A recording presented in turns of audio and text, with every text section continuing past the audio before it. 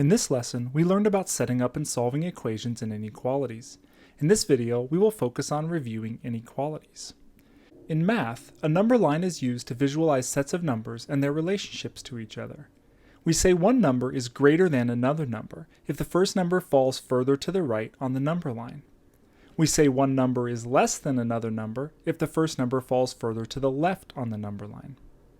For example, if we compare 2 and 6, we say that 6 is greater than 2 because 6 is represented to the right of 2 on the number line.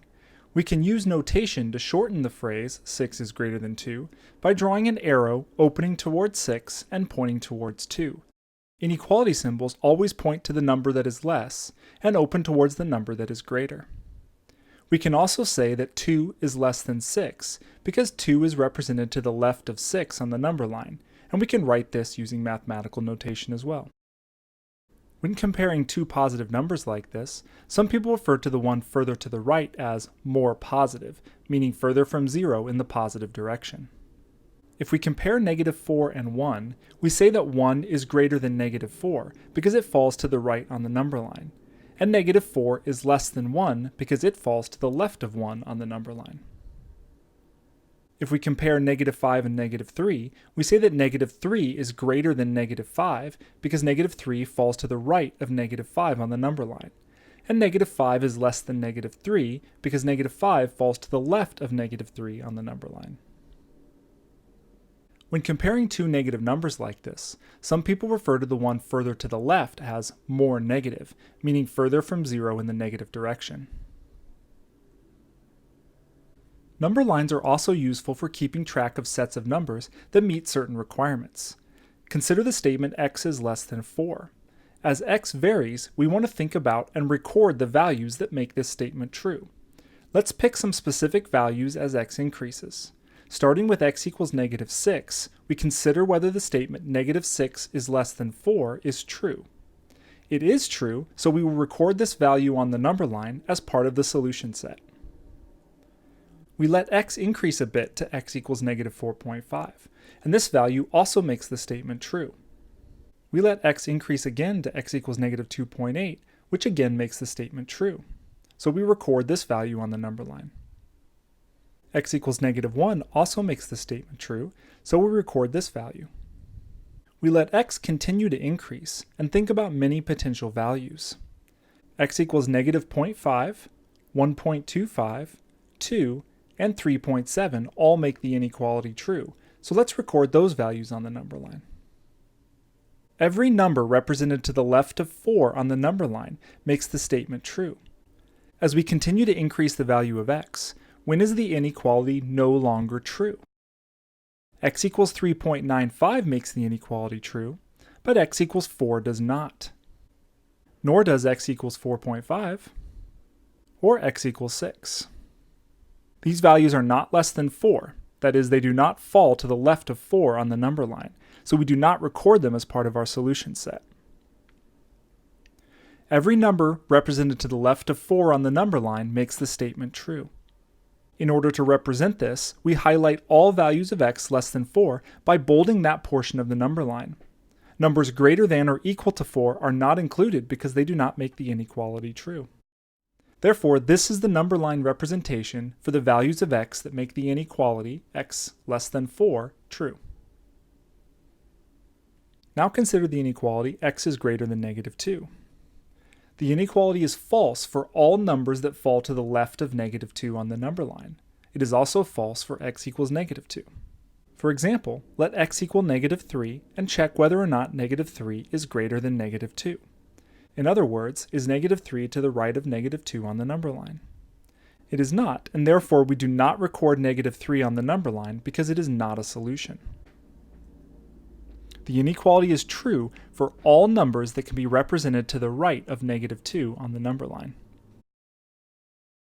So as x varies, all values of x less than or equal to -2 are not solutions and are thus not recorded on the number line.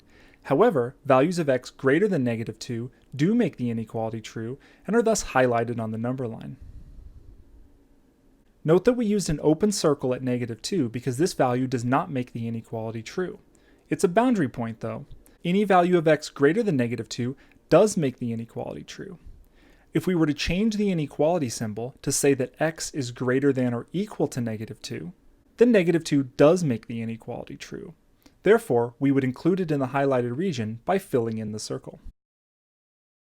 We can also think about more complicated inequalities. For example, this inequality is read as either -3 is less than x, which is less than or equal to 1.5, or x is greater than -3 and less than or equal to 1.5. What we want to know is, as x varies, which values make the inequality true?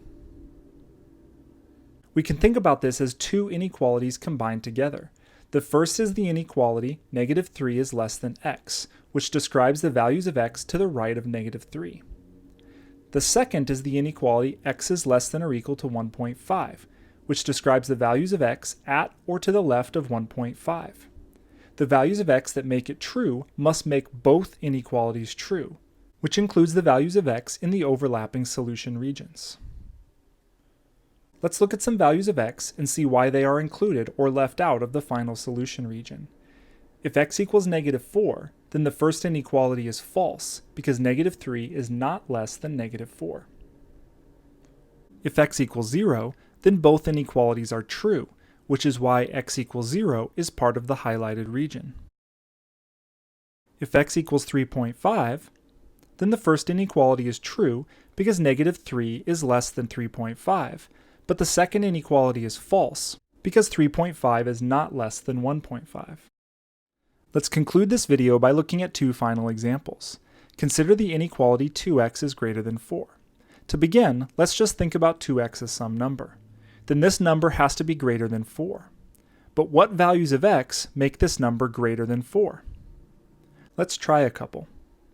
If x equals -5, then 2x is equal to -10. But -10 is not greater than 4, so we don't highlight this value.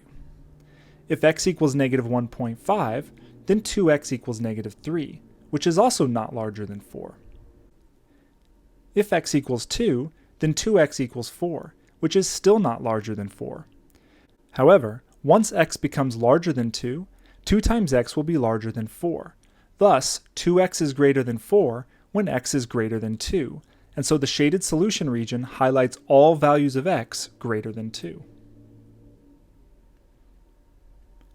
Let's make the inequality slightly more complicated for our final example. Consider the inequality 2x minus 1 less than or equal to 5. If we think about 2x minus 1 as just a number, then we know that its value must be less than or equal to 5. But what does this tell us about the value of 2x? 2x is also just a number, and we know that this number minus 1 must be less than or equal to 5. Therefore, this number could be as large as 6. As long as this number is less than or equal to 6, 2x minus 1 is less than or equal to 5. So what does this tell us about the value of x? For 2x to be less than or equal to 6, x itself must be less than or equal to 3, because when we double the value of x, it can't be greater than 6.